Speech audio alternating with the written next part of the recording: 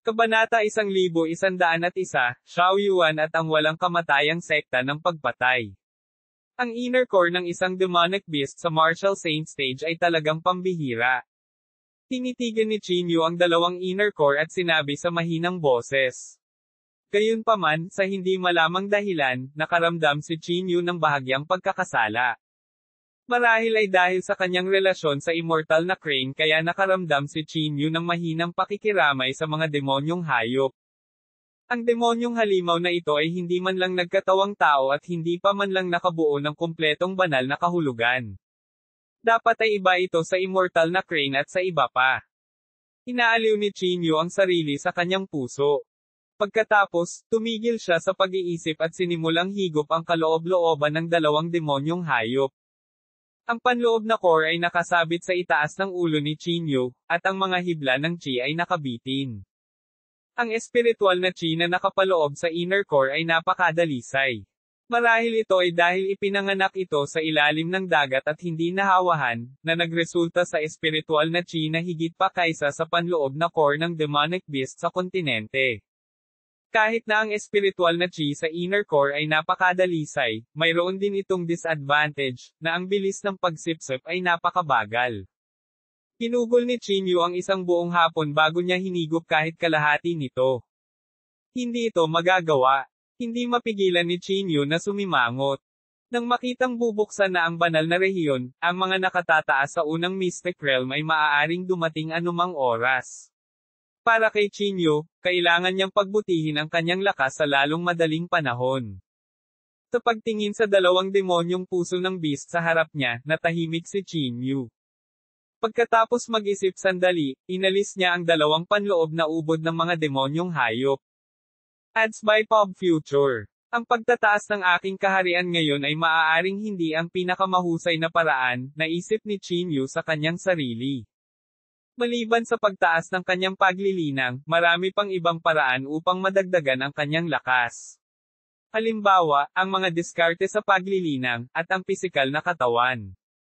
Ang pisikal na katawan ni Qin Yu ay sinasabing walang kapantay sa mundo. Sa pagdaragdag ng saintly body technique, halos walang sinuman sa mundo ang makakahambing dito. Gayunpaman, ang saintly body technique ay hindi isang high-level technique. Sa pagtaas ng lakas ni Qin Yu, baliwala rin ang epekto ng saintly body technique. Kahit na ang Vajra saintly body technique na nakuha niya mula sa Martial Arts Association sa Jingdo ay hindi dapat banggitin kay Qin Yu. Body tempering dapat ang pinakamahusay na paraan, naisip ni Qin Yu sa kanyang sarili. Gayunpaman, ang mga kinakailangan para sa body tempering ay masyadong malupit. Ang isa ay nangangailangan ng hindi bababa sa apoy ng matinding yang. Halos imposibleng mahanap ang apoy ng matinding yang. Maaari ko lamang ilagay ang aking pag-asa sa mana na iniwan ng aking ama, naisip ni Qin Yu sa kanyang sarili. Napapikit siya ng bahagya at naghanap ng spell na makakapagpaganda ng kanyang katawan. Pagkatapos ng isang buong gabi, sa wakas nakahanap si Qin Yu ng spell na medyo tugma dito. Ang spell na ito ay tinawag na Asherwood True Body. Isa itong heaven rank spell na nagkaroon ng matinding improvement sa katawan. Isa itong divine rank spell.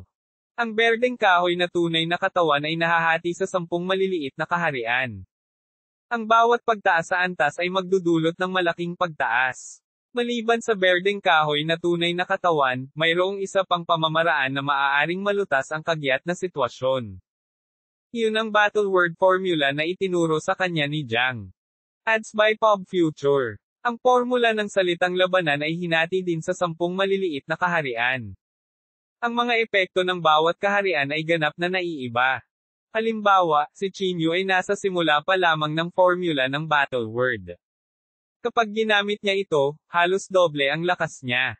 Sa kabilang banda, si Jiang He's fighting formula ay mas napakatalino. Sa tulong ng fighting formula, ang kanyang lakas ay maaaring tumaas ng 12-dosenang beses. We wonder kung anong stage senior Jiang ang formula na nakipaglaban niya, naisip ni Qin Yu sa sarili. Sa normal na mga pangyayari, ang lakas ng isang makapangyarihang figure ay hindi bababa sa daan-daang beses kaysa sa isang ordinaryong martial saint. Malaki ang pagitan ng dalawa. Gayunpaman, bilang isang magulong katawan, may kakayahan si Qin Yu na lumaban sa mga nasa mas mataas na antas. Kung ginamit niya ang fighting formula, hindi imposibleng lumaban siya. Kung hindi ako makahanap ng paraan upang mabilis na umunlad sa Cloud Dragon Island, maaari ko lamang ilagay ang aking pag-asa sa fighting formula at sa Greenwood True Body. Dahan-daang tumayo si Qin Yu. Tumingin siya sa labas ng bintana sa walang hangganang dagat na may mabigat na puso. Mabagal pa ring naglalakad ang barko sa ibabaw ng dagat. Ayon sa kalkulasyon ng kapitan, aabutin ng 5 araw bago makarating sa Cloud Dragon Island.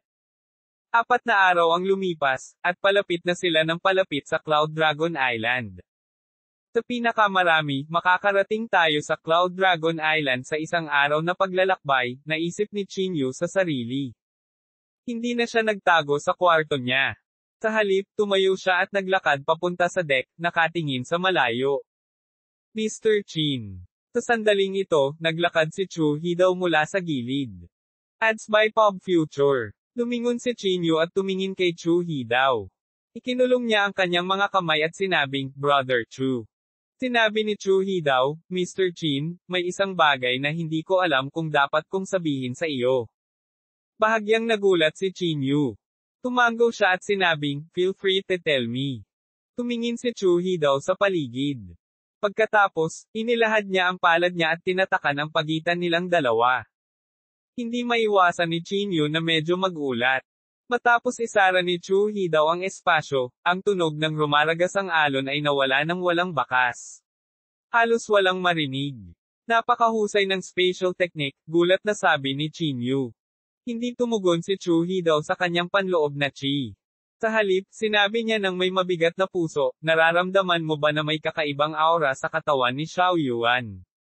Mukhang hindi nagmula sa kasalukuyang panahon ang ganitong uri ng aura. Lalong nagulat si Qin Yu. Sa katunayan, napansin na niya na may kakaiba kay Xiao Yuan, ngunit hindi niya alam kung saan ito nanggaling. Ibig mong sabihin, napizes siya? Tanong ni Qin Yu na nagtataka. Hindi. Umiling si Chu Hidaw. Base sa pagkakaintindi ko kay Xiao Yuan, mas gugustuhin niyang mamatay kaysa angkinan. Ayon sa aking hula, dapat ay nakakuha siya ng isang uri ng mana. Pamana. Bahagyang kumunat ang noo ni Qin Yu. Ano nga ba ang tinutukoy ng manang ito?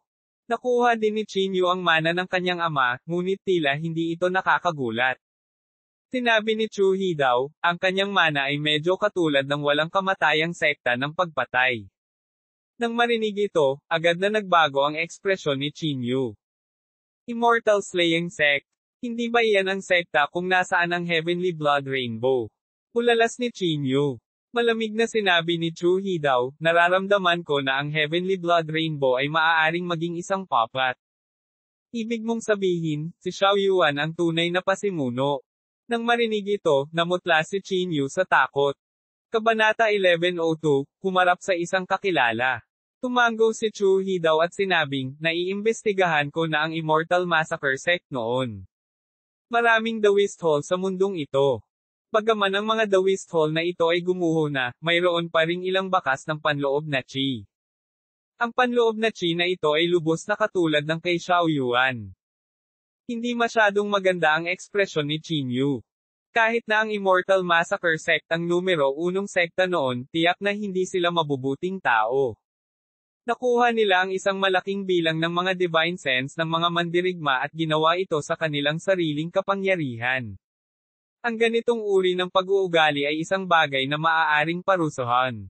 Kung talagang nakuha niya ang pamana ng immortal na pagpatay sa sekta, dapat talaga tayong mag-ingat sa kanya, sabi ni Qin Yu sa malalim na boses. Tumango si Chu Hidaw at sinabing, bagaman ang Sky Blood Rainbow ay nagsasabing siya ang kahalili ng immortal na pagpatay sa sekta, ang bilang ng mga mana na nakuha niya ay napakaliit. Tungkol sa mga lihim na pamamaraan ng walang kamatayang sekta ng pagpatay, mayroon lamang siyang isa na sumisipsip ng banal na pakiramdam ng mga mandirigma, pati na rin ang mga buto ng 12-dosenang makapangyarihang mga figure. Bukod dyan, nakita mo na ba siyang gumamit ng iba pang lihim na pamamaraan? Umiling si Qin Yu. Gaya nga ng sinabi ni Chu Hee-daw, talagang hindi siya gumamit ng anumang lihim na pamamaraan ng immortal na sekta ng pagpatay. Siyempre, ang lahat ng ito ay hula ko lang, sabi ni Chu Hee-daw.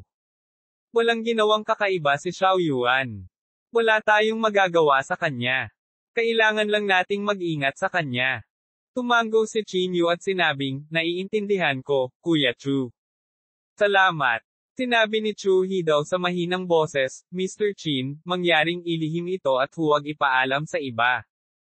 Ads by Pop Future. Huwag kang mag-alala. Tumango si Qin Yu. Iniabot ni Chu Hee-daw ang kanyang palad at sumunod ang Space Secret Technique.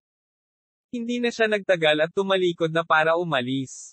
Sa pagtingin sa likod ni Chu Hee-daw, hindi napigilan ni Qin Yu na haplasan ang kanyang baba. Ang Chu Hee-daw na ito ay hindi rin simple. Kahit na siya ay pinananatiling isang mababang profile, siya ay sobrang galing. Kung iisipin pa lamang ang unang beses na nakilala niya ito, hindi man lang banggitin ang kanyang lakas. Ngayon, nalampasan na niya ang kanyang nakatatandang kapatid na si Chu Heng. Kinabukasan, nagtipon ng lahat sa deck.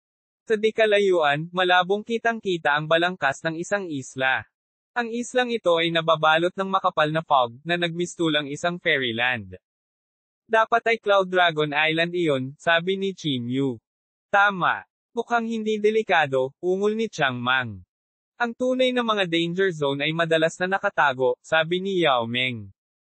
Ang barko ay naglayag patungo sa Cloud Dragon Island, palapit ng palapit. Nang ilang daang metro na lamang ang natitira, hinanap ni Qin Yu ang kapitan at sinabing, dito titigil ang iyong barko. Uuwi tayo sa loob ng 3 araw. Sa oras na ito, nasagasaan ni Gong Chanyo. Nahihiya siyang ngumiti at sinabing, Mr. Qin, pwede ba akong sumama sa iyo? Hindi. Tumanggi si Qin Yu nang hindi nag-iisip. Ads by Pop Future. Nagmamadaling sinabi ni Gong Chanyo, nangangako ako na hindi kita guguluhin. Ako. Sabi ko. Pinutol ni Qin Yu si Gong Chanyo. Lumapit si Zhuang Teng at nakangiting sinabi, Young Master Gong, ang Cloud Dragon Island na ito ay hindi isang lugar para sa kasiyahan. Ang panganib ay nasa lahat ng dako. Kahit na tayo ay hindi magagarantiya ng ating sariling kaligtasan. Tayo'y bumalik kaagad. Kaya lang sumuko si Gong Chanyo kapag nakita niya ito. Tumalikod ang bangka at umalis. Si Qin Yu at ang iba pa ay tumapak sa ibabaw ng tubig at sumugod patungo sa Cloud Dragon Island. Mahigit 10 tao ang matagumpay na nakarating sa Cloud Dragon Island. Ang islang ito ay hindi kasing delikado gaya ng kanilang naisip. Sa kabaligtaran, ang isla ay puno ng mga bulaklak at berdeng damo. Para itong isang paraiso. Ang mga bulaklak ba na iyon ay kakaibang mga bulaklak? Kumunat ang noo ni Qin Yu at nagtanong. Ngumiti si Yao Meng at sinabing, kung ang mga kakaibang bulaklak ay madaling matagpuan, ang Cloud Dragon Island na ito ay matagal nang nawalan ng laman. Tumango si Qin Yu at pinakawalan ang kanyang divine sense, na sumasakop sa halos buong Cloud Dragon Island. Gayunpaman, ang ikinagulat ni Qin Yu ay tila walang kakaiba sa Cloud Dragon Island na ito. Hindi niya maramdaman ang kahit katiting na daloy ng panloob na chi. Kakaiba iyon. Hindi kaya ang mga chismis na iyon. Kumunat ang noo ni Qin Yu at sinabi. Mas mabuting mag-ingat, sabi ni Yao Meng. Ang grupo ng mga tao ay maingat na naglakad patungo sa Cloud Dragon Island. Pagkaraan ng ilang hakbang, maririnig ang tunog ng kaluskos mula sa ilalim ng mga paa ni Zhuang Teng. Nang tumingin sila sa ibaba, nakita nilang isang piraso ng bungo ang dinurog niya. Ito ay isang balangkas. Bahagyang kumunat ang noo ni Qin Yu.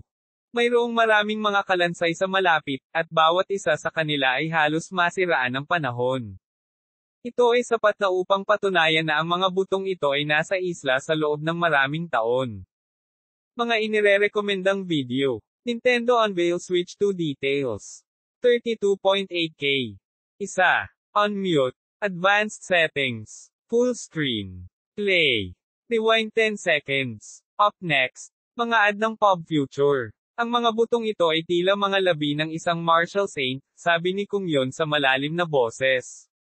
Habang nagsasalita siya, tila mas lumalim ang ulap sa paligid. Ang hamog na ito ay halos nakaharang sa linya ng paningin ng lahat. Wala pang 5 metro ang kanilang visibility. Ang biglaang paglitaw ng hamog ay nagpabagabag sa lahat. Lahat, mag-ingat. Huwag maghiwalay, sabi ni Chinyu sa malalim na boses. Okay, sagot ng isa. Naglakad si Chinyu sa harapan, maingat na naglakad. Ang kanyang katawan ay naglalabas ng ginintoang liwanag, at ang kanyang isip ay tensyonado. Natatakot siya na baka may mangyaring masama sa kanya. Bush! Sa sandaling ito, isang parang araw na liwanag ang bumaril patungo kay Chinyu. Ang bilis nito ay napakabilis. Kahit na tensyonado si Chinyu, bakat pa rin siya sa liwanag na ito. Ang ikinagulat ni Chinyu ay ang sinag ng liwanag na ito ay talagang direktang dumampi sa katawan ni Chinyu. May bakas ng sariwang dugo ang dumaloy sa kanyang dibdib. Tumulo. Bumagsak sa lupa ang sariwang dugo at mabilis na nawala. Pagkatapos noon, sunod-sunod na tunog ng pagyanig ang nagmula sa paligid. Sa isang maikling sandali, maraming figure ang lumitaw sa harap ni Chinyu. Mag-ingat ka! Nagmamadaling sigaw ni Chinyu. Gayunpaman, ang ikinagulat ni Chinyu ay walang tumugon sa kanya. Lumingon siya at nakita niyang walang tao sa likod niya. Ano? Anong nangyayari? Hindi maiwasang magbago ang mukha ni Chinyu. Halatang nasa tabi niya lang sila ngayon. Paano sila biglang nawala? Ang ulap ay napuno ng nakamamatay na aura at amoy ng dugo. Ang mga figurang iyon ay dahan-daang lumitaw at naglakad patungo kay Chinyu. Sa isang malapit na pagtingin, napagtanto nila na ang mga figure na ito ay sina Changmang, Yao Meng, at ang iba pa. Bakit bigla kayong tumakbo papunta doon?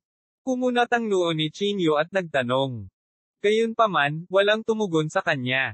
Malamig ang kanilang mga mukha habang naglalakad sila patungo sa Chinyu step by step. Kabanata 1013, ang lakas ni Xiao Yuan. Ang mga tao sa harap niya ay naglalakad patungo kay Chinyu na may malamig na mukha. Si Chinyu ay labis na natarante at hindi napigil ang sumigaw, ano ang nangyari sa mundo. Gayunpaman, hindi pa rin pinansin ng mga taong ito si Chinyu. Dahan-dahan silang naglakad patungo kay Chinyu, naglalabas ng malamig na lamig ang kanilang mga katawan. Hindi kaya, ang mga taong ito ay gustong magkapit-bisig para patayin si Chinyu. Changmang. Hindi malay ni Chinyu na tumingin kay Changmang. Gayunpaman, si Changmang ay ibang-iba sa nakaraan. Ang kanyang makapal at matibay na katawan ay naglalabas ng malakas na hangarin sa pagpatay. Bahagyang ipinikit ni Chinyu ang kanyang mga mata at malamig na sinabi, hindi talaga ikaw ang totoong tao.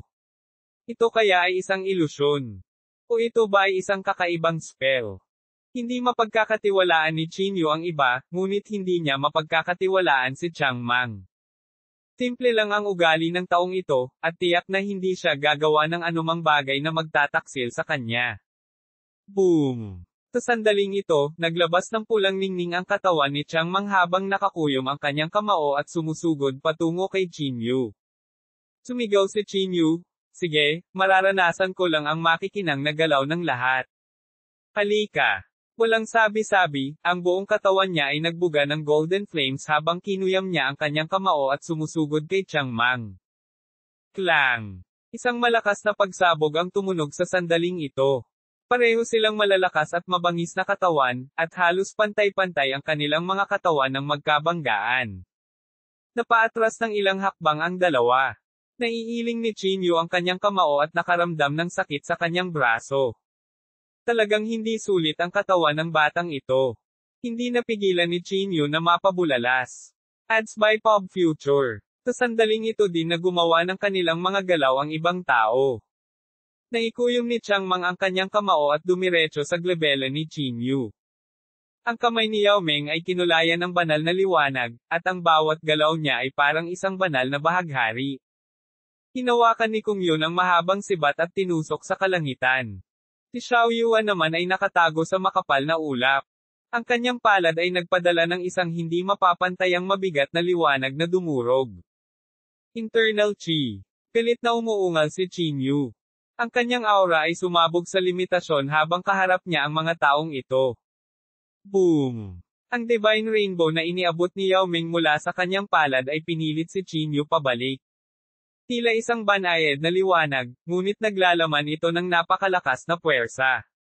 Ang mahabang sibat sa kamay ni Kung Yun ay tumusok ng daan-daang beses sa isang kisap mata, na napilitang bumalik si Qin Yu. Ang mabigat na ningning ni Xiao Yuan ay mas mahiwaga at hindi maarap, kaya nahihirapan si Qin Yu na gumawa ng hakbang. Puchi! Ang mahabang sibat ni Kung Yun ay tumusok sa itaas na braso ni Qin Yu, at tumalsik ang dugo sa kanyang katawan. Galit na umungol si Qin Yu at sinamantala ang pagkakataong agawin ang mahabang sibat ni Kung Yun. Pagkatapos, sumabog siya ng may malupit na puwersa, pilit na binasag ang mahabang sibat sa 2 piraso. Isang puwersa ng pagsipsip ang sumalo kay Kung Yun, at pagkatapos ay ang kanyang palad ay sumabog sa kinang, na nanginginig kay Kung Yun hanggang sa siya ay nawala sa manipis na hangin. Kasabay nito, ang libu-libong Divine Rainbows ni Yao Ming ay bumaril na iniwan si Qin Yu na walang mapagtatagwan. Si Qin Yu ay hindi nang ahas na maging pabaya. Pinaandar niya ang kanyang berdeng kahoy na tunay na katawan at sabay-sabay na inihagis ang isang suntok na nakabasag sa 10,000 sining, na winasak ang napakaraming kinang. Habang lumalaban si Qin Yu, lalo siyang naalarma. Ang mga taong ito ay karaniwang tila malumanay, ngunit ang kapangyarihan na kanilang pinalabas ay hindi maihahambing na nakakagulat. Tulad ng inaasahan sa isang henyo. Hindi napigilan ni Qin Yu ang sumigaw. Nagpatuloy ang labanan, at inihayag ni Qin Yu ang lahat ng kanyang trump card. Naglabas siya ng suntok na nakabasag ng 10,000 sining, na nakabasag ng maraming after images. Ads by Pop Future. Ginamit nila ni Chang Mang ang kanilang pisikal na katawan para magkita-kita. Ang nakakatakot na enerhiyang Qi na ito ay yumanig sa lahat ng direksyon, na naging sanhi ng buong mundo na tila baguguho. Boom! Sa kabutihang palad, si Chang Mang ay walang anumang mga spells upang suportahan siya. Sa ilalim ng suntok na nakabasag ng 10,000 sining, ang kanyang pisikal na katawan ay tuluyang nabasag. Sa isang kisap mata, si Xiao Yuan na lang ang natitira sa harapan niya. Sa sandaling ito, napuno na ng dugo ang katawan ni Qin Yu. Mahigit 10 butas ng dugo ang kanyang katawan. Ito ay sapat na upang ipakita ang pagkabalisa ng labanang ito. Sapat na rin iyon para ipakita ang kakayahan ng mga elite na disipulong ito. Hawak ng kamay ni Xiao Yuan ang ilaw. Bawat galaw niya ay sumasalamin sa araw at buwan. Ang misteryoso at hindi maarap na kapangyarihan ay nagparamdam kay Qin Yu na parang may sinag ng liwanag sa kanyang likod. Hindi ka talaga simple. Hindi napigilan ni Qin Yu ang sumigaw. Bagamat hindi niya maramdaman ang panloob na Qi ni Xiao Yuan, ang paraan ng paghawak niya sa araw at buwan gamit ang kanyang kamay ay halos katulad ng sa isang Diyos. Kakaiba pa ang kapangyarihan sa palad niya. Umikot ang araw at buwan sa kanyang palad. Ang kanyang panloob na Qi ay parang talon, bumagsak sa lupa at agad na dumidiin pababa sa lupa. Sa sandaling ito, napakasagrado ni Xiao Yuan. Bagamat siya ay banayad at pino, ang bawat galaw niya ay puno ng layuning pagpatay. Bweng! Sa wakas, gumawa si Xiao Yuan ng kanyang hakbang. Itinaas niya ang kanyang palad pasulong, at ang araw at buwan ay agad na dumurog. Isang walang katulad na mabigat na puwersa ang tila gustong durugin ang buong mundo. Maging ang katawan ni Qin Yu ay kasalukuyang naglalabas ng mga basag na tunog, na para bang dudurog na siya sa meat paste. Ads by Pop Future. Umungol si Qin Yu, at ang panloob na Qi ng kanyang buong katawan ay pinakawalan sa limitasyon. Kinuyam niya ang kanyang kamao at sinira ang lahat ng paraan sa isang suntok. Boom! Isang suntok ang dumapo sa araw at buwan. Bahagyang yumanig ang araw at buwan. Labis nitong ikinagulat si Qin Yu. Anong klaseng spell ito? Ito ay talagang napakalakas. Hindi naglakas loob si Qin Yu na mag-isip ng husto. Naikuyom niyang muli ang kanyang kamao at tumayo. Klang! Klang! Klang! 3 magkasunod na gintong kamao. Ang kapangyarihang ito ay napakalakas na kaya nitong sirain kahit isang lihim na kaharian. Gayunpaman, hindi naapektuhan ang araw at buwan ni Xiao Yuan. Kumakapit pa rin ito sa Qin Yu. Hindi maiwasan ni Qin Yu na magkaroon ng malamig na ekspresyon sa kanyang mukha. Ano man ang kaharian o lakas, si Qin Yu ay hindi mas mahina kaysa kay Xiao Yuan. Ang pagkabalisa sa sandaling ito ay sapat na upang patunayan na ang mga spell sa mga kamay ni Xiao Yuan ay hindi karaniwan. Batay lamang sa mga spell, tiyak na hindi niya maaabot ang ganoong kaharian, malamig na ungol ni Chinyu habang umaatres. Para magkaroon siya ng ganoong lakas, tiyak na nakakuha siya ng napakalakas at nakakatakot na pamana. Habang nadudurog ang kaharian ng araw at buwan, hindi na ito inisip ni Chinyu. Agad niyang ginamit ang kanyang infinity na Dharma Idol at hinawakan ang araw at ang kaharian ng buwan gamit ang kanyang magkabilang braso, hinayla ito sa kanyang yakap. Ang Infinity Dharma Idol ay isang tunay na heaven rank spell, hindi maihahambing na nakakatakot. Napakakaunting tao sa mundo ang natuto ng spell na ito, at hindi ito mababa sa anumang nangungunang lihim na sining. Bilang karagdagan sa malakas na pagsabog ng natatanging konstitusyon ni Chinyu, sa wakas ay lumitaw ang mga bitek sa Sun and Moon Realm sa mga bisig ni Chinyu. Paulit-ulit na umungal si Chinyu, at umuumbok ang mga ugat sa kanyang mga braso. Ang gininto ang liwanag ay tuluyang nabasag ang hamog. Bitek. Sa wakas, ang araw at ang kaharian ng buwan ay sumabog sa mga bisig ni Chinyu. Kasabay nito, humakbang pasulong si Chinyu, at ang kanyang malaking kamao ay bumagsak kay Xiao Yuan. Ang paggulong ay maaaring pumutok ng paputok na parang dragon, at ang puwersang ito ay maaaring matuno ang lahat. Pumaon dito ang figure ni Xiao Yuan at agad na naglaho sa hangin. Kabanata 1104, ang kakaibang bulaklak. Matapos mawala si Xiao Yuan, unti-unting bumalik sa kapayapaan ang mundong nasa harapan niya. Tiningnan ni Chinyu ang mga sugat sa kanyang katawan at sumimangot. Totoo ang mga sugat. Ibig sabihin, hindi ilusyon ang nangyari kanina. Dahil dito, medyo nag-alala si Chinyu. Paano kung si Changmang at ang iba pa ay hindi makatagal? Ang lakas ng mga taong ito ay hindi dapat kasing lakas ng panloob na chi, naisip ni Chinyu sa kanyang sarili. Tahimik siyang nakatayo doon at naghintay ng ilang sandali. Makalipas ang 10 minuto, sa wakas ay naramdaman ni Chinyu ang panloob na chi. Ang panloob na chi na ito ay si Changmang. Sa sandaling makita niya si Chinyu, kinuyam niya ang kanyang kamao at sumugod ng walang salita. Si Chinyu ay hindi nang ahas na maging pabaya. Mabilis niyang ikinuyom ang kanyang kamao at sumigaw, "Changmang! Ako si Chinyu. Lahat ngayon ay peke." Nabawi lamang ni Changmang ang kanyang katinoan pagkatapos marinig ang mga salita ni Chinyu. Nagmamadali siyang naglakad at sinabing, "Akala ko hindi ka pa nawawala ang peking iyon." Sumulyap si Chinyu kay Changmang at napagtanto na ang kanyang katawan ay natatakpan din ng mga marka ng dugo. Halatang-halata na nahulog din siya sa labanan ng pagkabalisa. Mga ad ng Pop Future. Hindi nagtagal, dahan-daang lumitaw si Yao Ming at ang iba pa. Puno ng iba't ibang sugat ang kanilang mga katawan. Ang panloob na chi ni Zhuang Teng ay mas mahina. Muntik na siyang mamatay. Nakakatakot, sabi ni Zhuang Teng, humihingal. Tinadya ni Chinyu na sumulyap kay Xiao Yuan. Nalaman niya na kahit nasugatan si Xiao Yuan, hindi man lang humina ang kanyang panloob na chi.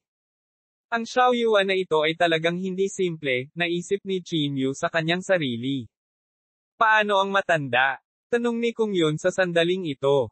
Si Chinyu ay nagmamadaling tumingin sa paligid at nalaman na ang matanda ay nawala ng walang bakas. Malinaw, patay na siya, sabi ni Chu Hidaw.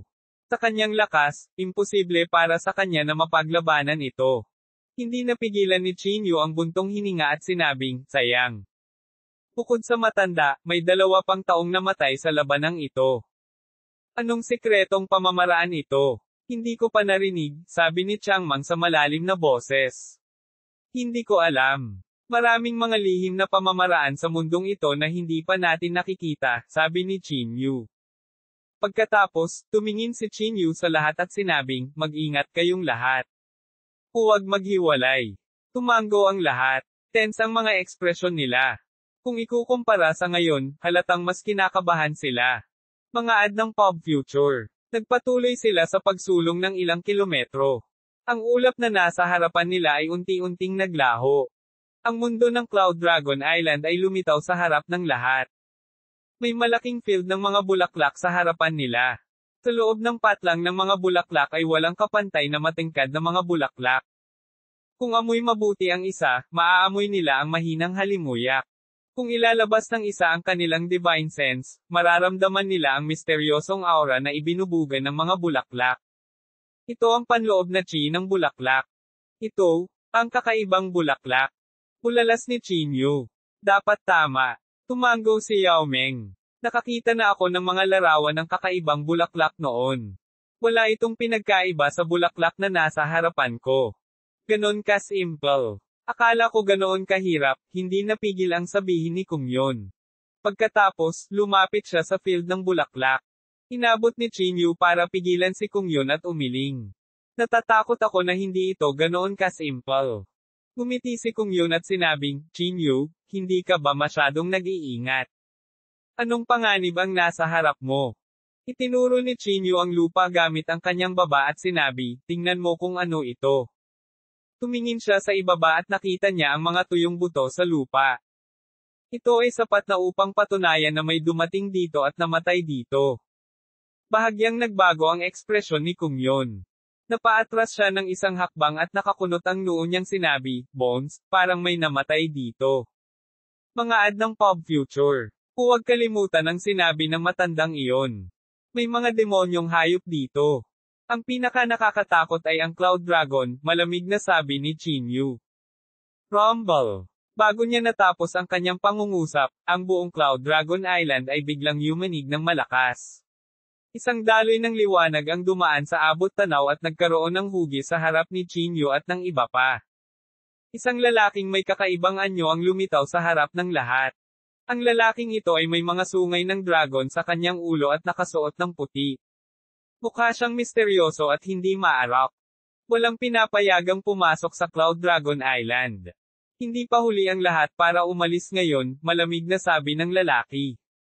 Sino ka? Tanong ni Chiang Mang na may pagtataka. Bago makapagsalita ang lalaki, nahulaan ni Chinyu, ikaw siguro ang demonic beast Cloud Dragon, tama. Sumulyap ang lalaki kay Chinyu at walang pakialam na sinabi, tama. Umalis ka na, at hindi kita papatayin. Anong malalaking salita? Inalog-alog ni Kung Yun ang mahabang sibat sa kanyang kamay, mukhang handa na siyang lumaban. Napangiti si Chinyu at sinabi, may chismis na mayroong natutulog na sinaunang makapangyarihang tao sa Cloud Dragon Island. Kung hindi ako nagkakamali, dapat kang maging alagang hayop ng sinaunang makapangyarihang figurang iyon. Bahagyang sumimangot si Yunlong at malamig na sinabi, wala itong kinalaman sa iyo.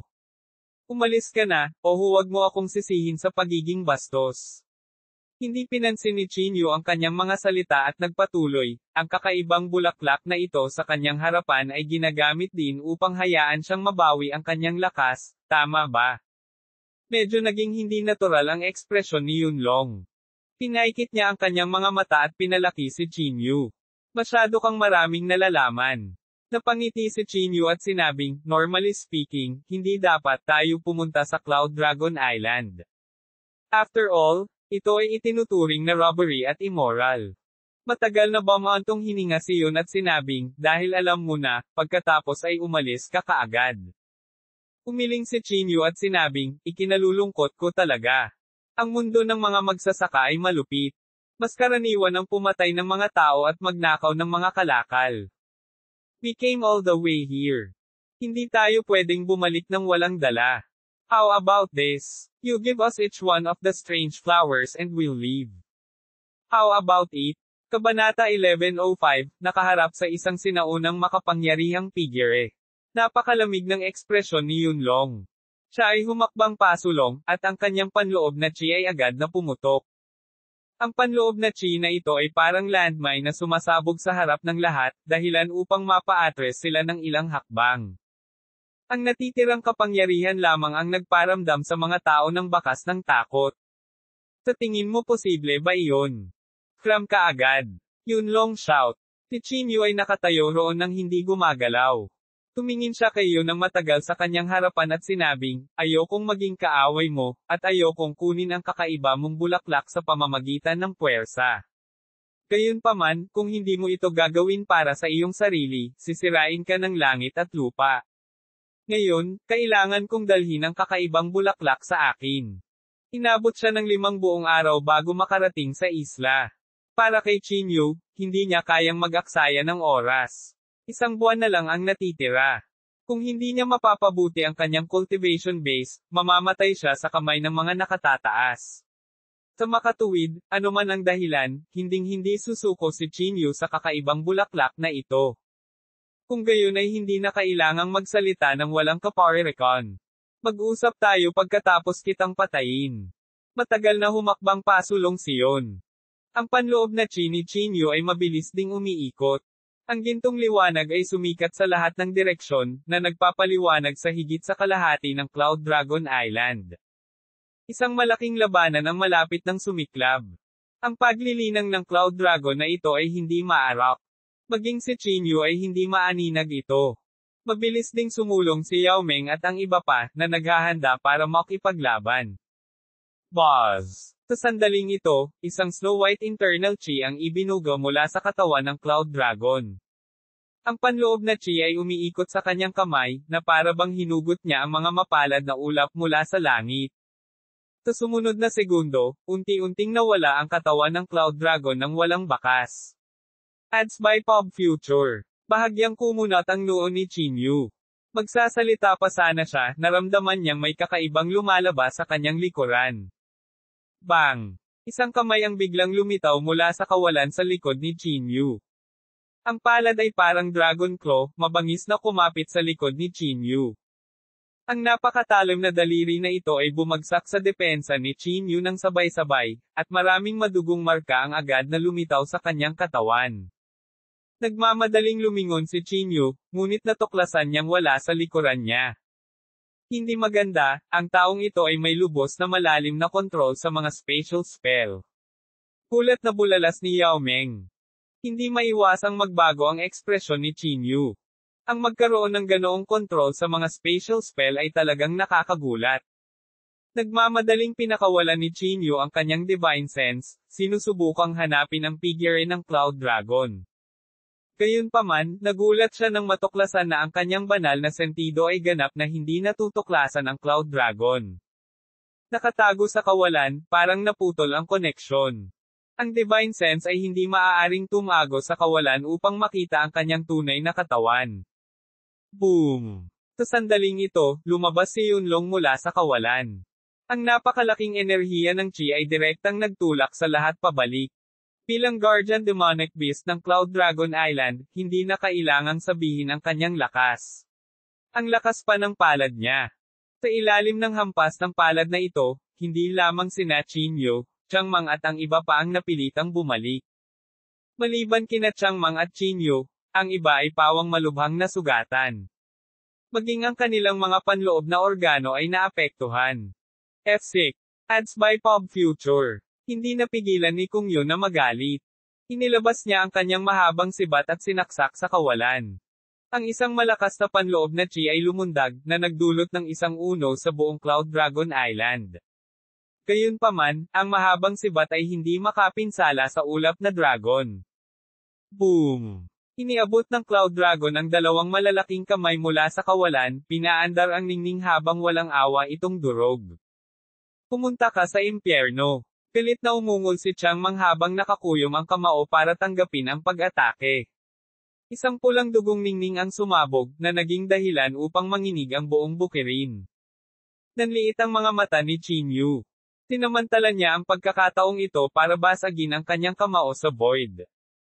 Bagamat mabilis na binawi niyon ang kanyang palad, nasugatan pa rin siya sa pagtutulungan nilang dalawa. Lumitaw sa kanyang palad si Bloody Marks. Ang kanyang katawan ay lumiit muli sa walang laman na espasyo, at walang paggalaw sa mahabang panahon. Lumabas ka at lumaban kung may kakayahan ka. Anong klaseng kakayahan ang itinatago? Sigaw ni Changmang. Hindi umimik si Chinyu. Habang ang lahat ay nagpapanik, sila ni Yao Ming ay walang kamalay-malay na nagkatinginan. Nagsalubong ang kanilang mga titig, at parang pareho sila ng iniisip. Ang lakas ni Yunlong ay tiyak na hindi limitado dito. Bagamat puno ng lakas ang kanyang mga hampas sa palad, wala silang anumang nakamamatay na kakayahan. Bilang Guardian Beast ng Cloud Dragon Island, natural na kitang-kita ang kanyang lakas. Ito ay sapat na upang patunayan na siya ay nagtitimpi. Ang dahilan kung bakit siya nagpigil ay natural na hindi dahil sa personal na alindog ni Chinyu at ng iba. Isa lang ang posibilidad, at iyon ay ang takot niyang sirain ang bulaklak na ito. Sa pag-iisip hanggang sa puntong ito, sina Chinyu at Yao Ming ay sumabog sa parehong oras. Ang magkabilang palad ng kanilang mga palad ay mahinang nagbuga ng isang lubhang mapanirang kapangyarihan. Ads by Pop Future. Dahil hindi natin maalis ang kakaibang bulaklak na ito, maaari pa nating sirain ito. Malamig na sabi ni Chinyu. Namuo ang kapangyarihang iyon sa kanyang mga palad, at sabay na sumabog ang dalawa. Ang Divine Rainbow at gininto ang liwanag ay pinagsama at dumiretso sa field ng bulaklak. Nililigawan mo si kamatayan. Agad na kumalat ang boses ni Yunlong mula sa kawalan. Bumilis ang kanyang katawan sa kawalan at mabilis na tumayo sa field ng bulaklak. Itinaas niya ang kanyang dalawang palad na nasugatan at hinarap ang kapangyarihang ito. Boom! Matagal nang ginamit niyon ang kanyang panloob na chi upang protektahan ang field ng bulaklak habang inaatake niya ang magkasanib na pag-atake nilang dalawa. Ito ay agad na naging sanhi ng kanyang lakas upang lubos na nabawasan. Bang! Sa sandaling magbanggaan ang mga palad, ito ay agad na pula. Ang kanyang dalawang palad ay tila sumabog sa mga dagwang bulaklak. Ito ay isang kalunos-lunos na tanawin. Nagkatinginan sina Chinyu at Yao Ming at Nishan, nagtrabaho. Pagkatapos sabihin iyon, tumingin si Chinyu kay Changmang at sa iba pa at sumigaw, tatagalan namin ni Yao Ming siyon. Pumitas kayo ng mga kakaibang bulaklak. Okay. Nag-react din si Changmang at ang iba pa at nagmamadaling pumunta sa field ng bulaklak. Nililigawan mo si kamatayan. Ang galit na boses ni Yunlong ay umalangaw-ngaw mula sa kawalan. Sa sumunod na segundo, lumitaw ang kanyang pisikal na katawan sa harap ng lahat. Malamig na sinabi ni Chinyu, hindi ka pa nakakatuntong sa Almighty Realm, kaya tiyak na hindi ka katugma sa ating dalawa. Ang lakas ni Yao Ming ay hindi maarap. Kahit si Chinyu ay hindi nang ahas na igarantya ang 100% na tagumpay laban sa kanya. Para kay Chinyu, mayroon siyang lakas na hamanin ang isang makapangyarihan. Ang dalawa sa kanila ay nagtatrabaho ng magkasama ay hindi maisip. Ang buong katawan ni Yunlong ay naglabas ng napakalamig na aura. Malamig siyang tumingin sa kanilang dalawa at sinabing, kung gayon, subukan natin ito. Nang ang dalawang panig ay malapit nang sumabog sa isang mahusay na labanan, isang maaliwalas na tinig ang ipinadala mula sa isang lambak na malalim sa loob ng mga patlang ng bulaklak. Stop! Ang boses na iyon ay parang kulog, napakatanda. Nang marinig ang boses na ito, isang bakas ng paggalang ang sumilay sa mukha ni Yunlong. Nagmamadali siyang tumalikod at ikinulong ang kanyang mga kamay. Guro! Kumunat ang noo ni na Chinyu at Yao Ming. Boses iyon ng makapangyarihang iyon, sabi ni Chinyu sa mahinang boses. Kabanata 1106, pakikipagtulungan sa mas mataas na nilalang. Ang boses na iyon ay napakahusay, at ang sinaunang panloob na chi nito ay mas nakakamangha. Puminto ang lahat sa sandaling ito at tahimik na tumingin sa direksyong iyon. Senior, hindi namin sinasadyang masaktan ka. Nanguna si Yao Ming at kinulong ang kanyang mga kamay. May iba pa siyang gustong sabihin, ngunit naputol ito ng mas mataas na nilalang.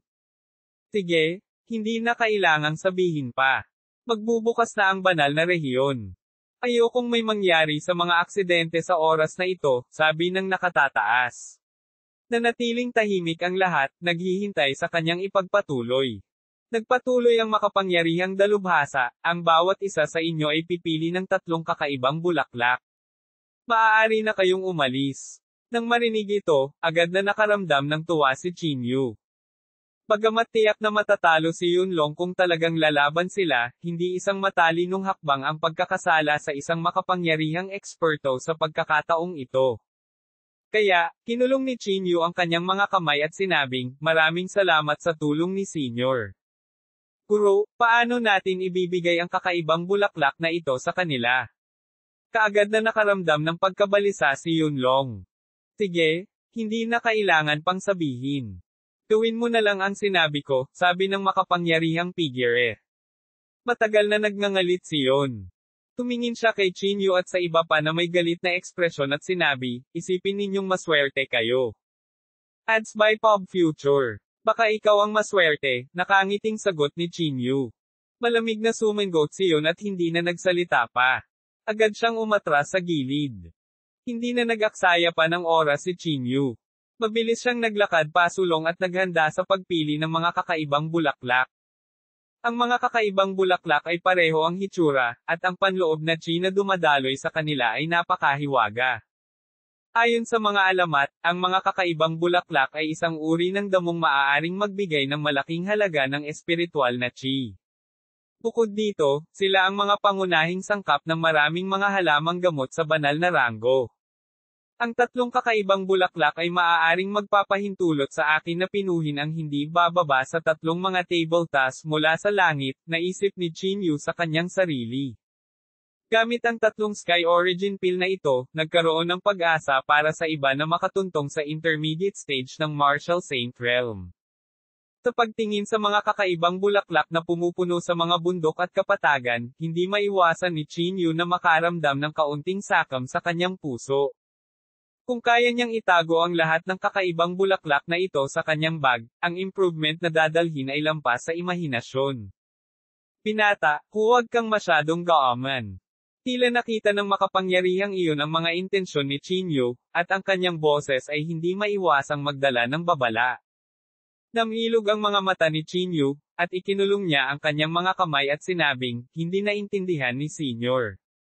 Ako ay isang pharmacist, kaya medyo sensitibo ako sa mga kakaibang bulaklak. Talagang parmasyutiko ka. Baka sa boses ng makapangyarihang iyon ang pagkagulat. Ang puso ni Chinyu ay nagalak. Mukhang may chance. Ads by Pop Future. Pagkatapos, tumayo si Chinyu. Sa isang bahagyang pag-iling ng kanyang palad, isang bola ng kulay lila na espiritual na apoy ang dumapo sa kanyang palad. Tama. Plano kong gumamit ng kakaibang bulaklak para pinuhin ang isang Sky Yuan Pill, patuloy ni Chinyu. Sky Yuan Pill. Maaari mong pinuhin ang isang Sky Yuan Pill. May bakas ng pananabik sa boses ng makapangyarihan. Tumango si Chinyu at sinabing, tama. Maaari akong gumamit ng kakaibang bulaklak para pinuhin ang kahit isang Heavenly Essence Pill. Totoo ba iyon? Lalong nasasabik ang boses ng makapangyarihang iyon. Talagang totoo, Senior. Bakit ako magsisinungaling sa iyo? Sabi ni Chinyu. Sa sandaling ito, hindi napigilan ni Yunlong ngunit malamig na sabihin, Guro, huwag kang magpapalinlang sa batang ito. Gusto lang niyang kumuha ng ilang kakaibang bulaklak. Natahimik sandali ang makapangyarihang iyon, at pagkatapos ay malamig na sinabi, kung kaya mo talagang pinuhin ang Heavenly Essence Pill, maaari kong isaalang-alang na bigyan ka ng ilang kakaibang bulaklak. Ngunit, kailangan mo ring pinuhin ang Heavenly Essence Pill para sa akin.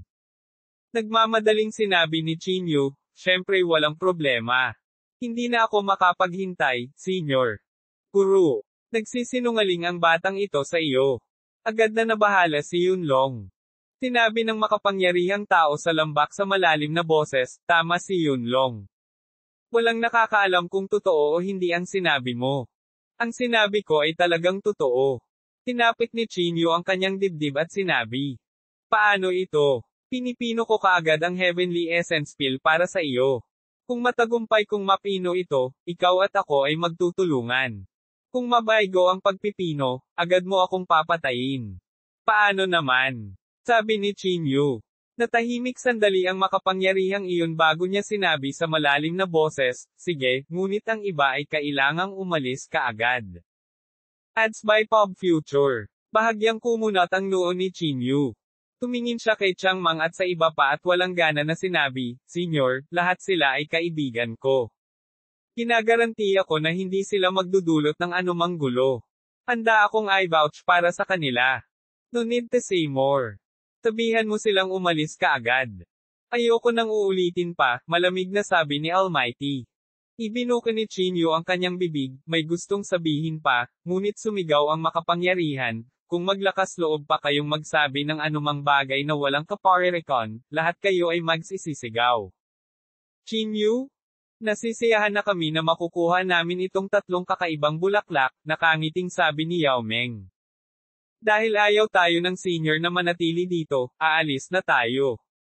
Tama, Chinyu. Kailangan mong maging mas maingat. Nang makita ito, bahagyang napabuntong hininga si Chinyu at tumango, sige. Kung may pagkakataon, aalis ako sa lugar na ito sa lalong madaling panahon at bibigyan ka ng Heavenly Yuan Pill. O tama, maaari kang pumunta sa Divine Alchemist Pavilion para hanapin ang Pavilion Master at hayaan siyang pinuhin ang Heavenly Yuan Pill. Tumango ang lahat. Kanya-kanya silang pumitas ng 3 kakaibang bulaklak at saka tumalikod para umalis. Pagkaalis nilang lahat, matagal na nakatayo si Yon sa harap ni Chinyu. Anak, huwag kang mag-aksaya ng oras. Gusto kong makita kung paano mo pinino ang Heavenly Essence Pill, sabi ni Yunlong na may malamig na tono. Walang sinabi si Chinyu. Inilabas niya ang kaldero ng may pag-iisip. Mayroong maraming mga halamang gamot na nakaimbak sa special na banal na artifact ni Chinyu. Ang mga halamang ito ay sapat na upang suportahan si Chinyu sa pagpino ng makalangit na essence pill. Hindi ko magagarantiya na isang kakaibang bulaklak ang makakapagpino ng ilang heaven essence pills, sabi ni Chinyu. Sapat na ang isang kakaibang bulaklak ay makapagpino ng isa, sabi ng makapangyarihang figure. Bibigyan kita ng 3 pagkakataon. Kung mabaygo ka ng 3 beses, huwag mo akong sisihin sa pagiging walang awa. Kinilala ni Chinyu at hindi na nagsalita pa. Agad siyang pumitas ng kakaibang bulaklak at inihagi sa kaldero. Kasunod nito, sinimulan ni Chinyu na dalisayan ang kakaibang bulaklak na may kulay purple na espiritual na apoy na nagninanga sa kanyang palad. Ayon sa self-deduction ni Chinyu, ang isang kakaibang bulaklak ay dapat na makapagpino ng isang makalangit na Yuan Pill. Sino ang nakakaalam kung gaano karaming Heavenly Yuan Pills ang maaaring pinuhin ng kakaibang bulaklak na ito? Kabanata 1107, gusto ko half. Si Chinyu ay may formula ng tableta para sa araw ng bagong taon. Ang formula ng tableta na ito ay talagang hindi isang bihirang item. Para lang mapino ang pill na ito, kailangan ng isa ang top-notch pill skills. Walang napakaraming tao sa mundo na maaaring pinuhin ang tabletang ito. Sa kasalukuyang panahon, walang tumpak na paghahati ng mga ranggo sa mga alchemist. Gayunpaman, si Chinyu ay may makapangyarihang divine sense at purple fire, kaya medyo may tiwala siya sa kanyang sarili. Sinunod ni Chinyu ang formula ng tableta at inilagay ang mga halamang gamot sa kaldero. Pagkatapos, dahan-dahan niyang nilinis ang tableta gamit ang purple spiritual fire. Upang pinuhin ang makalangit na essence pill, napakahalagang kontrolin ang temperatura ng apoy. Nangangailangan ito ng makapangyarihang banal na diwa. Ang ginintoang liwanag ay bumaril mula sa glabella ni Chinyu, at ang primordial spirit power ay sumambulat, na pinipino ang tableta ng may katumpakan. Habang isa-isang natutunaw ang mga halamang gamot, unti-unting kumakalat ang halimuyak na panggamot. Kumalaw ang isip ni Chinyu. Inihagis niya rito ang kakaibang bulaklak at sinimulan ang pinakamahalagang hakbang.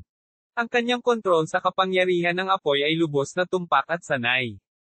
Kahit sinong tumingin sa kanya ay magmumukhang isang veteranong alchemist. Maging si Yunlong, na nasa tabi niya, ay hindi maiwasang bahagyang matigilan. Ang natutulog na makapangyarihang figure ay lumutang din palabas ng lambak na may isang hibla ng primordial spirit, na nakatingin kay Chinyu mula sa itaas. Ang pill art na ito ay maaaring hindi ituring na top-notch sa banal na rehiyon, ngunit sa mundong ito ay tiyak na pangalawa sa wala, komento ng makapangyarihan sa lahat. Nasusunog ang apoy sa loob ng kaldero, minsan malaki at minsan maliit. Ang bawat hakbang ay kinakalkula, at walang pagkakamaling maaaring gawin. Kahit na may makapangyarihang divine sense ni Chinyu, tila nahihirapan pa rin siya. Lumipas ang oras sa bawat minuto, at ang panggamot na likido sa loob ng kaldero ay nagsimulang mamuo. Ito ang pangwakas at pinakamahalagang hakbang. Ads by Pop Future. Si Yunlong at ang makapangyarihang figurang iyon ay napabuntong hininga, natatakot na abalahin nila si Chinyu. Matapos ang isa pang kalahating oras, nagsimulang magbuga ng makapal na usok ang kaldero. Bang! Kasunod ng isang malakas na tunog, ang mga ulap ng tableta ay nagsimulang mamuo sa kalangitan. Naghuhubog na ito. Ang makapangyarihang figurang iyon ay hindi maiwasang makaramdam ng pananibik. Walang sinabi si Chinyu. Patuloy niyang kinokontrol ang apoy at nagpatuloy sa huling hakbang. Tumaas ang makapal na usok sa lahat ng direksyon at ibinugaw mula sa medicinal cauldron. Ang gayong makapal na usok ay direktang hamarang sa paningin ng isang tao. Kahit na ang makapangyarihang mga figure ay hindi nakapasok sa usok na ito. Kasabay nito, binuksan ni Chinyu ang kanyang mga mata. Inalis niya ang apoy at tumingin sa medicinal cauldron. Tapos na, sabi ni Chinyu. Nabuo na. Tanong ng makapangyarihang figure. Inamin ni Chinyu at sinabi, kapag nawala ang usok, matatapos na ito. Walang sinabi ang makapangyarihan habang tahimik na nakatingin sa kalderong panggamot. Nakatitig din ang mga mata ni Chinyu sa medicinal cauldron. Hindi siya sigurado kung matagumpay ang pagpipino ng tableta sa pagkakataong ito. Bagamat nagkaroon na ito ng hugis, hindi ito nangangahulugan na ito ay isang matagumpay na tableta. Ads by Pop Future. Ang usok ay nagsimulang dahan-daang kumalat, dahan-daang nagsiwalat sa ilalim ng nakapagpapagaling na kaldero. Napabuntong hininga silang tatlo habang medyo kinakabahan na nakatingin sa medicinal cauldron. Oh, napakunot ang noo niyon. Tapos, hindi niya napigil ang tumawa ng malakas. You failed as expected. Alam kong nagyayabang ka. Ang unang bagay na nakita ay isang hindi kumpletong Heaven Essence Pill. Maliwanag, nabigo ang tabletang ito. Ang makapangyarihang eksperto na umaaligid sa hangin ay hindi maiwasang magkaroon ng malamig na ekspresyon. Malamig siyang ngumuso at sinabing, mayroon ka pang 2 pagkakataon. Mahigpit na nagsalubong ang mga kilay ni Chinyu. Hindi niya inaasahan na talagang mabibigo ang pagpipino nitong makalangit na araw ng bagong taon. Ano ba talaga ang nangyari? Bulong ni Chinyu sa mahinang boses. Hindi maiwasan ng kanyang mga mata ang tumingin sa kalderong panggamot. Sa sandaling ito, biglang nagliwanag ang mga mata ni Chinyu, at isang bakas ng kagalakan ang agad na sumilay sa kanyang mukha. Nakita niya na sa ilalim ng usok, mayroong 2 kumpletong makalangit na yuan na table task. Tagumpay! Biglang natuwa si Chinyu. Ang kakaibang bulaklak na ito ay nagpino ng 2 kumpletong Heaven Essence Pill, pati na rin ang isang hindi kumpletong Heaven Essence Pill. Sa madaling salita, gumamit si Chinyu ng kakaibang bulaklak para pinuhin ang 3.5 Heaven Essence Pills. Magaling, lumampas na ito sa inaasahan ko. Tuwang-tuwang sigaw ni Chinyu. Agad niyang itinaas ang kanyang ulo upang tingnan ang makapangyarihang figurang iyon at sinabing, paano ito? May problema ba? Ads by Pop Future. May bahagyang pananabik sa mga mata ng makapangyarihang figurang ito. Pilit niyang pinigilan ang pananabik sa kanyang puso at sinabing, not bad. Mukhang may kakayahan ka nga. Napangiti si Chinyu at sinabing, Senior, sinabi mo na sapat na ang tangkay ng kakaibang bulaklak na makakapagpino ng makalangit na essence pill, tama ba? Tama. Tumango ang makapangyarihang figure. Nagpatuloy si Chinyu. Kung gayon, kung pinino ko ang isang heavenly essence pill sa ratio na 1:3, ibig sabihin ba nito ay makakakuha ako ng 2? Agad na nagdilim ang mukha ng makapangyarihang figure. Siya ay nag-hover sa gitna ng hangin habang ang kanyang mga kamay sa likod ng kanyang likod habang sinasabi niya, anak, hindi ka ba medyo sakim? Kumunat ang noo ni Chinyu at sinabing, hindi ba iyon ang dahilan? Nanaginip ka. Huwag mong kalimutan na tayo ang nagbigay ng kakaibang bulaklak na ito. Mahabang sigaw niyon sa gilid. Tama si Yunlong, walang pakialam na sabi ng makapangyarihang eksperto. Sinabi ni Chinyu sa malalim na boses, kung gayon, ano ang ibig sabihin ng senior? Maaari kang makakuha ng isang makalangit na essence pill mula sa isang kakaibang bulaklak, sabi ng almighty expert na may mahinang ngiti. Isang mahinang ngiti ang sumilay sa kanyang mukha na para bang sigurado siyang papayag si Chinyu. Pagkatapos ng lahat, kung wala ang kakaibang bulaklak, si Chinyu ay hindi makakakuha ng kahit isang makalangit na essence pill. Gayunpaman, umiling si Chinyu. Umisi siya at sinabing, hindi ako papayag. Kahit na hindi ako makakuha ng 2, gusto kong hatiin sila ng pantay-pantay. Nakaisip ako ng paraan para mapadalisay ng kakaibang bulaklak ang 3 makalangit na essence pills, pero gusto kong uminom ng kalahati. Agad na naging malamig ang ekspresyon ng makapangyarihang iyon. Pinaikit niya ang kanyang mga mata at pinalaki si Chinyu, at sinabing, anak, pag-isipan mong mabuti. Kung hindi ako papayag, wala kang makukuha. Sinabi rin ni Chinyu, Senyor, mangyaring mag-isip din ng mabuti. Kung aalis ako ngayon, hindi ka rin makakakuha ng Heaven Origin Pill. Mayroong napakakaunting mga tao sa mundo na maaaring magpino ng Heaven Origin Pill. Higit pa rito, ang banal na rehiyon ay magbubukas sa isang buwan. Kung hindi ka makaka-recover sa iyong peak state, ikaw ay nasa malaking panganib. Pagkatapos ng lahat, ang laman at dugo ng isang makapangyarihang tao, pati na rin ang kanilang primordial spirit, ay lubhang masustansya.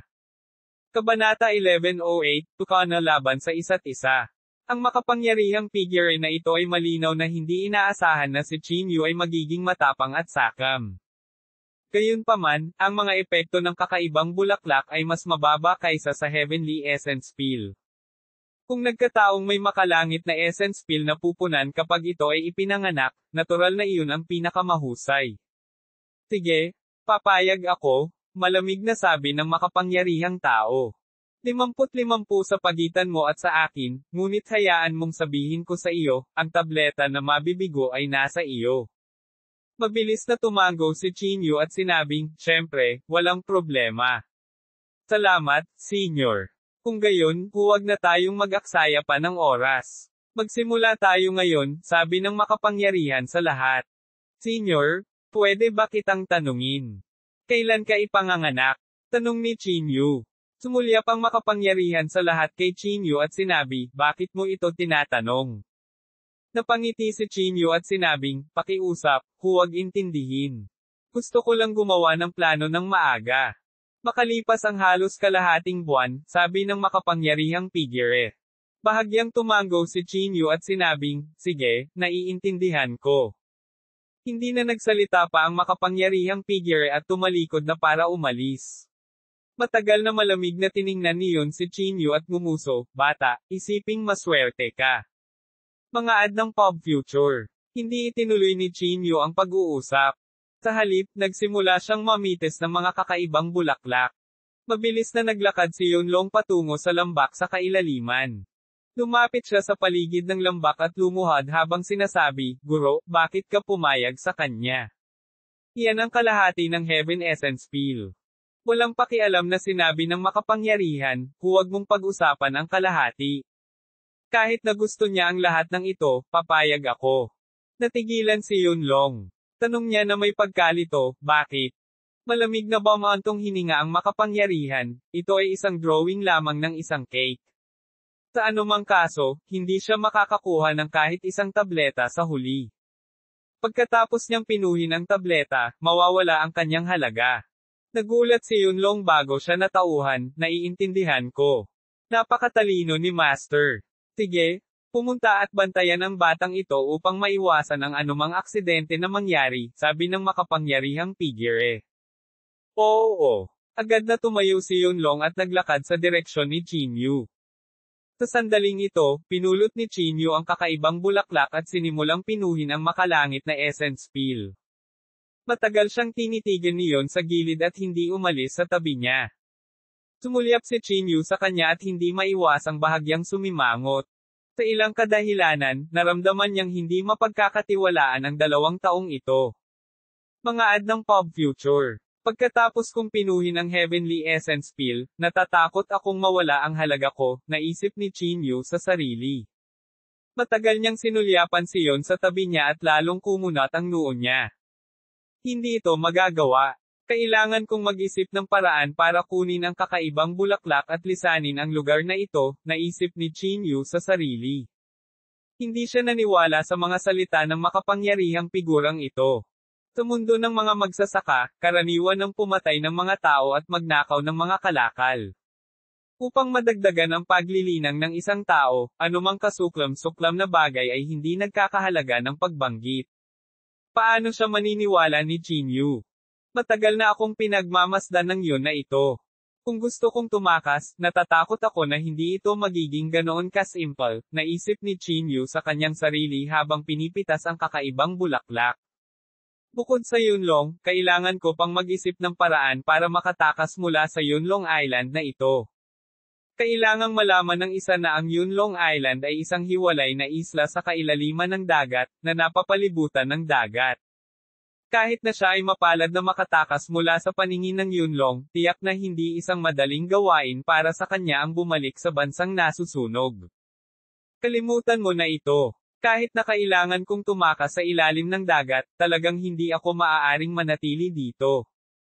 Habang pinag-iisipan ito ni Chinyu, mas lalo niyang naramdaman na medyo kakaiba ito. Bakit nakatitig sa kanya itong si Yunlong? Higit pa rito, ang makapangyarihang figurang iyon ay tila sumang-ayon ng diretsyo. Sino ang nakakaalam kung gaano karaming mga tao sa islang ito ang namatay sa kanilang mga kamay? Sapat na ito para patunayan na hindi sila mabubuting tao.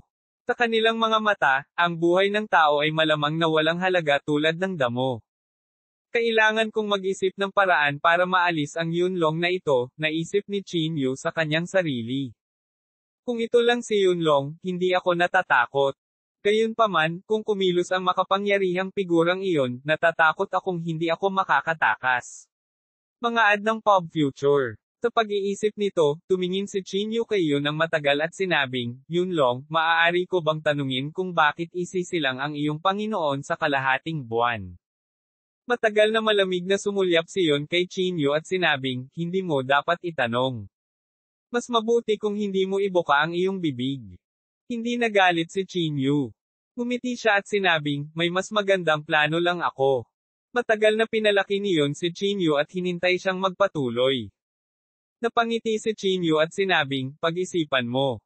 Ang pagsipsip ng makalangit na bagong taon ay nangangailangan ng oras. Pagkalipas ng kalahating buwan, hindi ko alam kung ilang pildores ng Heavenly Yuan ang mayroon ako sa aking mga kamay. Sa oras na iyon, halos imposible para sa iyong Panginoon na masipsip silang lahat ng sabay-sabay. Bakit hindi siya dumating sa mundo ngayon? Kung pinino ko ang isang tableta, maa-absorb niya ang isa. Hindi ba yun makakatipid ng maraming oras?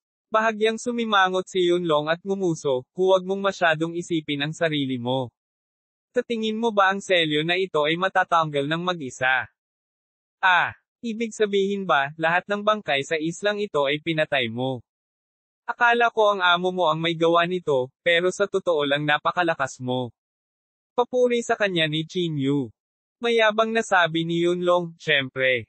Dahil isa akong guardian demon beast, natural na may kakayahan ako. Kahanga-hanga, kahanga-hanga. Buti na lang, nagsalita ang iyong master para pigilan ako.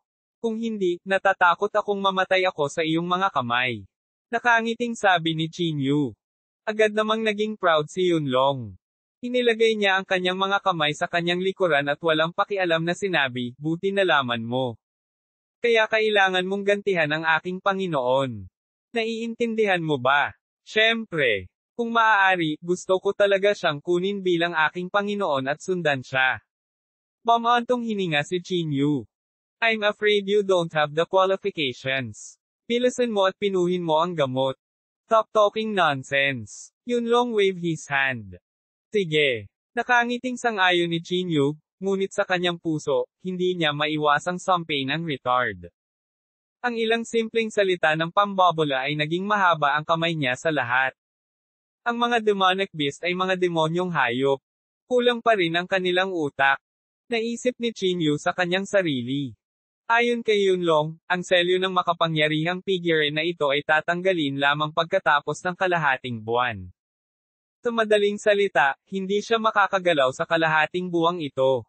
Dahil dito, makakatakas si Chinyu dala ang kakaibang bulaklak bago siya ipanganak. Kabanata 1109, nililinlang ang Cloud Dragon. Ang nakatutuwang ideyang ito ay nag-ugat at umusbong sa puso ni Chinyu. Sa ganitong paraan lamang ito magiging pinakaligtas at pinakakapakipakinabang. Kung wala siyang intensyon na saktan ako, kasalanan ko iyon. Bahagyang napabuntong hininga si Chinyu sa kanyang puso. Hindi naman siya nagmamadaling kumilos. Sa halip, dahan-dahan niyang nilinis ang tableta. Nang sumapit ang gabi, tumigil si Chinyu sa pagpino ng tableta. Nakahanap siya ng lugar at nagplanong magpahinga sandali. Bakit ka tumigil? Mabilis na tanong ni Yunlong. Kumunat ang noo ni Chinyu at sinabing, kahit na ang isang kapitalista ay kailangang bigyan ng oras ang mga manggagawa para makapagpahinga. Ano, gusto mo bang pinuhin ko ang mga table tasks 24 na oras sa isang araw? Bahagyang sumangot si Yun at sinabing, bilang isang martial saint, paano ka madaling mapagod? Medyo hindi nasisiyahang sinabi ni Chinyu, hindi mo ba alam na ang pagpino ng mga table tasks ay isang mahirap na gawain? Matagal na binuka ni Yun ang kanyang bibig at magsasalita na sana. Sa sandaling ito, ang tinig ng makapangyarihang figurang iyon ay nagmula sa lambak. Tama siya. Ang pagpino ng isang tableta sa loob ng isang araw ay talagang makakakonsumo ng malaking halaga ng divine sense power, kahit na para sa mga nangungunang alchemist, sabi ng makapangyarihang figurang iyon. Bagamat medyo hindi nasisiyahan si Yunlong, maaari lamang siyang sumuko dahil kahit ang kanyang amo ay nagsalita na. Dalhin mo sa akin ang Heaven Essence Pill na iyong pinino ngayon, sabi ng makapangyarihang eksperto. Ang mga mata ni Chinyu ay hindi maiwasang bahagyang pumikit. Kakasimula pa lang nila, at humihingi na siya ng Heaven Essence Pill. Natakot kaya siya na makatakas siya. Bagamat nasa puso niya ang pag-iisip na ito, iniabot pa rin ni Chinyu ang Heaven Essence Pill kay Yunlong. Anak, bibigyan lang kita ng 2 oras para magpahinga, malamig na sabi nito pagkatapos uminom ng tableta. Walang sinabi si Chinyu. Napahiga siya sa lupa at bahagyang pumikit. Si Yunlong naman ay kumuha ng tableta at tumalikod para maglakad sa kailaliman ng lambak. Pagkatapos niyang maglakad saglit, isang hindi matukoy na strand ng Divine Sense ang lumipad palabas mula sa glabela ni Chinyu. Ang hibla ng banal na kahulugan ay dumaan sa mga patlang ng bulaklak at sinundan si Yun ng matagal hanggang sa paligid ng lambak. Guro, Yun mahabang kalahating tuhod sa pasukan ng lambak. Sa isang maikling sandali, isang illusory figure ang lumutang palabas mula sa lambak. Walang kapangyarihan ang strand of Divine Sense na ito. Iba ito sa mataas na opisyal na iyon noon. Tinitigan ni Chinyu ang strand na ito ng Divine Sense at napaisip sa sarili. Matagal na iniunat ni Yun ang kanyang mga kamay at inilabas ang Heavenly Essence Pill sa kanyang mga kamay. Tinulyapan ito ng makapangyarihang figure at bahagyang nagulat, ito ay talagang isang Heavenly Essence Pill.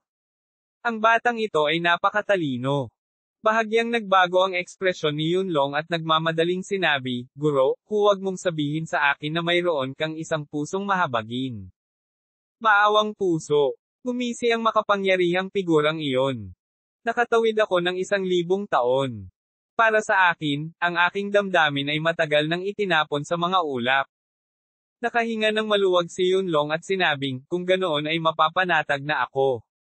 Nagrebelde ang batang ito. Talagang hindi ko siya kayang hayaang mabuhay. Walang pakialam na sinabi ng makapangyarihang tao na iyon, hindi na iyon kakailanganin. Matapos tanggalin ang selyo, kung handa siyang magpatuloy sa pagdadalisay ng mga table tasks para sa akin, maaari kong isaalang-alang ang pagligtas sa kanyang buhay. Kung tutuusin, mahalaga pa rin ang isang alchemist. Tama si Master. Nagmamadaling yumuko si Yunlong at sinabi. Nang marinig ito, ang Divine Sense ni Chinyu ay tahimik na bumalik sa kanyang pangunahing katawan. Talagang walang magandang intensyon ang matandang ito. Bahagyang nanliit ang mga mata ni Chinyu.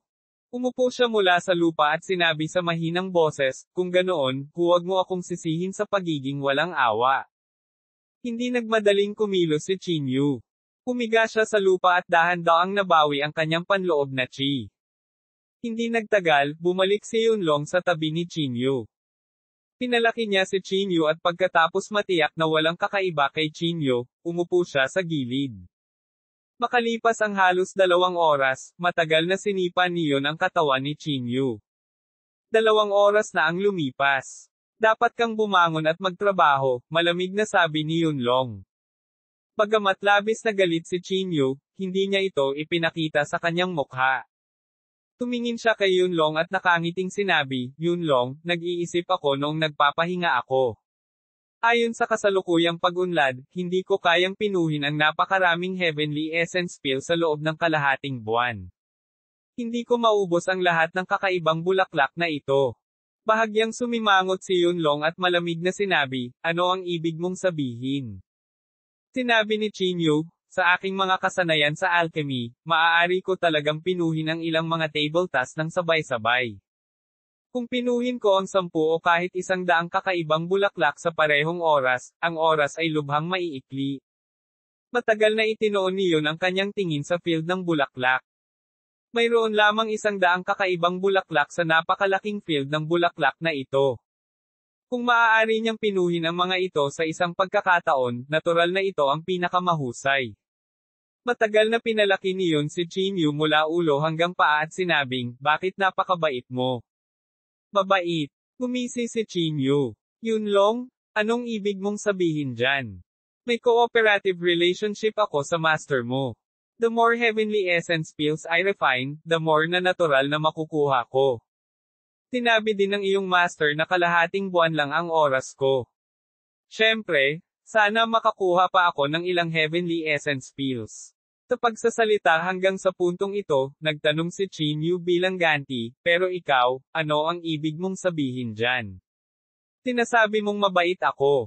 Wala kayong planong sunugin ang tulay pagkatapos tumawid sa ilog, tama ba? Ang biglaang tanong ni Yunlong, na hindi pa masyadong matalino, ay bahagyang nagbago ng ekspresyon. Mabilis niyang sinabi, ikaw. Don't talk nonsense. I was just asking casually. Bahagyang ngumuso si Chinyu, hindi ako naniniwala sa iyo, ngunit naniniwala ako sa iyong Panginoon. Pagkatapos ng lahat, siya ay isang senior sa Almighty Realm. Sa palagay ko ay hindi siya magsisinungaling sa isang munting martial saint na tulad ko. Siyempre, mabilis na sabi ni Yunlong. Ikinaway ni Chinyu ang kanyang kamay at sinabing, kung gayon, huwag mag-aksaya ng oras. Pilasan mo at pumitas ng kakaibang mga bulaklak. Oras ay pera. Matagal na naglakad si Yun patungo sa flower field habang iniisip ang sarili, tinakot mo ako. Muntik na akong ma-expose. Buti na lang at hindi masyadong maganda ang utak ng batang ito. Si Chinyu ay nanunuya din sa kanyang puso. Ang utak ng Yunlong na ito ay talagang hindi napakahusay. Siya ay iniligaw ko sa pamamagitan lamang ng ilang mga salita, sabi ni Chinyu na may kasamang panunuya. Kabanata 1110 ay nagsinungaling sa iyo. Umupo si Chinyu sa gilid at tahimik na naghintay. Kasabay nito, natakpan ng kanyang banal na pakiramdam ang buong isla ng Cloud Dragon, na handang humanap ng pagkakataong makatakas. Ayon sa geographical na sitwasyon dito, natatakot ako na makakatakas lang ako sa dagat, naisip ni Chinyu sa sarili. Sa kakayahan ng Cloud Dragon, tiyak na hindi isang madaling gawain na pigilan si Chinyu, ngunit napakahirap din para sa kanya na umalis sa lugar na ito. Wala akong pakialam, sabi ni Chinyu sa kanyang puso. Takasan muna natin itong Cloud Dragon Island. Sa pinakamasama, maaari na lang siyang lumutang sa dagat at makahanap ng bangka sa madaling panahon. Sa pag-iisip nito, bahagyang ipinikit ni Chinyu ang kanyang mga mata at tahimik na naghintay para kay Yunlong. Makalipas ang halos 10 minuto, ang bukirin na ito ay nilinis ni Yunlong. May hawak siyang malaking bouquet ng kakaibang bulaklak at naglakad sa harap ni Chinyu. Here you go. Inihagis ni Yun ang mga kakaibang bulaklak sa lupa. Pilasan mo. May kalahating buwan ka lang, mahabang panawagan nito. Si Chinyu ay pumitas ng kakaibang bulaklak mula sa lupa at inilagay ito sa dulo ng kanyang ilong upang singhutin ito. Oo, iyon ang amoy. Bahagyang tumango si Chinyu. Siyempre, pilasan mo at pinuhin mo ang Heavenly Essence Pill. Huwag kang mag-aksaya ng oras, mahabang utos nito. Ads by Pop Future. Sumulyap si Chinyu sa kanya at nginisyan, huwag kang mag-alala. Napakahalaga sa akin ng Heaven Origin Pill. Natural na hindi ako mag-aaksaya ng oras. Pagkatapos, gumalaw ang isip ni Chinyu at direktang inilagay ang mga kakaibang bulaklak na ito sa Spatial Divine Tool. Pagkatapos, dahan-daang tumayo si Chinyu. Nag-inat siya at sinabing, okay, mission completed. Napakunot ang noo ni Yun at malamig na sinabi, anong ibig mong sabihin? Tinaas ni Chinyu ang kanyang kilay at sinabing, anong ibig mong sabihin? Mukhang hindi masyadong maganda ang utak mo. Lalong naging pangit ang ekspresyon ni Yunlong. Pinaikit niya ang kanyang mga mata at sinabing, nasaan ang kakaibang bulaklak? Bakit mo itinago? Ngumisi si Chinyu at sinabing, dahil akin ito. Idiot, sa tingin mo ba ay aayusin ko ang Heavenly Essence Pill para sa iyo? Agad na naglipad sa galit si Yunlong. Pinandilatan niya si Chinyu at sumigaw, nililigawan mo si kamatayan. Pagkatapos sabihin iyon, itinaas niya ang kanyang kamay at hinawakan si Chinyu. Gayunpaman, walang intensyon si Chinyu na makipag-away sa kanya. Agad na umangat ang kanyang figure at pumailan lang sa hangin. Sabihin sa iyong amo na ang kakaibang bulaklak ay akin. Malamig na sabi ni Chinyu. Baka sa galit ang mukha ni Yunlong. Kinagat niya ang kanyang mga ngipin at sinabing, naglakas loob ka bang linlangan kami, bata? Puputulan kita. Dahil doon, sinisingil niya muli si Chinyu. Gayunpaman, handa na si Chinyu. Agad niyang isinagawa ang Shinshiractor at tumakas sa napakabilis na bilis. Yunlong natural na hindi uupo at mabilis na hinabol siya. Gayunpaman, sa Shinshiractor, ang bilis ni Chinyu ay mas mataas kaysa kay Yunlong. Sa halos isang iglap, ang anyo ni Chinyu ay nawala ng walang bakas, iniwan si Yun na matagal na nakatayong mag-isa sa parehong lugar, walang magawa at galit na galit. Ads by Pop Future. You dare lie to us. Papatayin kita. Papatayin kita. Matagal na umuungal si Yun, na naging sanhi ng pag-ungol sa buong Cloud Dragon Island. Hindi nagtagal, nagising ang makapangyarihang figure sa boses. Isang strand ng kanyang divine sense ang lumutang habang nagtanong siya sa malalim na boses, ano ang nangyayari? Natigilan ang ekspresyon ni Yunlong nang sabihin niya sa nanginginig na boses, ang batang iyon, siya. Ano ang problema sa kanya? Mabilis na sabihin sa akin. Ang makapangyarihan sa lahat ay tila napagtanto na may mali. Matagal na kinagat ni Yun ang kanyang mga ngipin at sinabing, tinakasan niya ang kakaibang bulaklak. Ano? Ang ekspresyon ng makapangyarihan sa lahat ay agad na naging ganap na pagkatalo. Napuno ng galit ang kanyang dibdib at dumiretso sa kanyang isipan. Hindi ba't sinabi ko sa iyo na bantayan mo siya? Basura ka, sabi ng makapangyarihan sa lahat sa pamamagitan ng pagngangalit ng mga ngipin. Nagmamadaling sinabi ni Yunlong, Guro, ako, hahanapin ko siya ngayon. Pangako ibabalik ko siya. May dagat sa paligid natin. Hindi siya makakatakas ng malayo. Pagkatapos bilasan mo at pumunta. Ang makapangyarihang figure ay umuungal. Hindi na nang ahas si Yunlong na mag-aksaya pa ng oras. Nagmamadali niyang sinundan ang direksyon na tinakasan ni Chinyu at mabilis na hinabol siya. Sa sandaling ito, tumatakbo si Chinyu sa ibabaw ng dagat. Inilabas niya ang kanyang divine sense at tinakpan ang nakapalibot na ibabaw ng dagat. Sa kasamaang palad, walang nadiskubring barko si Chinyu. Maliban sa isang hanggal na tulad ni Gong Chanyo, walang ibang tatantong sa ganoong lugar. Ads by Pop Future. Mukhang sarili ko lang ang maaasahan ko para makatakas, sabi ni Chinyu sa mahinang boses. Ang ibabaw ng dagat ay napakalawak. Sino ang nakakaalam kung gaano katagal bago bumalik sa mainland? Bukod dito, may isang ulap na dragon na humahabol sa kanya. Gayunpaman, si Chinyu ay walang ibang pagpipilian sa ngayon. Kaya lang niyang subukan ang lahat para makatakas. Matapos makatakas ng 12 nautical miles sa isang hininga, sa wakas ay tumigil si Chinyu. Tinakop ng kanyang banal na pakiramdam ang kanyang paligid. Hanggat dumating ang Cloud Dragon, matutukoy niya ito kaagad. Magpapahinga ako saglit. Kapag naabutan ako ng Cloud Dragon sa harapan ko, baka mapatay ko siya, naisip ni Chinyu sa kanyang sarili. Sa pag-iisip nito, bumaon ang buong katawan niya sa ibabaw ng dagat. Kasabay nito, isinagawa niya ang sining ng pag-iwas sa tubig. Sa sining ng pag-iwas sa tubig, malayang nakagalaw si Chinyu sa ilalim ng dagat. Ang kanyang buong katawan ay patuloy na lumubog, at ang presyon ng tubig ay lumakas at lumalakas. Maging ang katawan ni Chinyu ay nagsisimula ng hindi makayanan. Nagbuga ng gininto ang kinang ang kanyang katawan habang nilabanan niya ang presyon ng tubig. Habang patuloy na lumulubog ang kanyang katawan, patuloy na tumataas ang presyon ng tubig. Basag. Ang gintong liwanag na nakapalibot sa katawan ni Chinyu ay direktang sumabog, na nagdulot ng mga bitek. Kasunod nito, diretso itong sumabog. Magkadikit ang mga kilay ni Chinyu. Ang napakalaking presyon ng tubig ay halos hindi na siya makahinga. Buzz. Walang magawa, magagamit lamang ni Chinyu ang tunay na katawan ng Asherwood.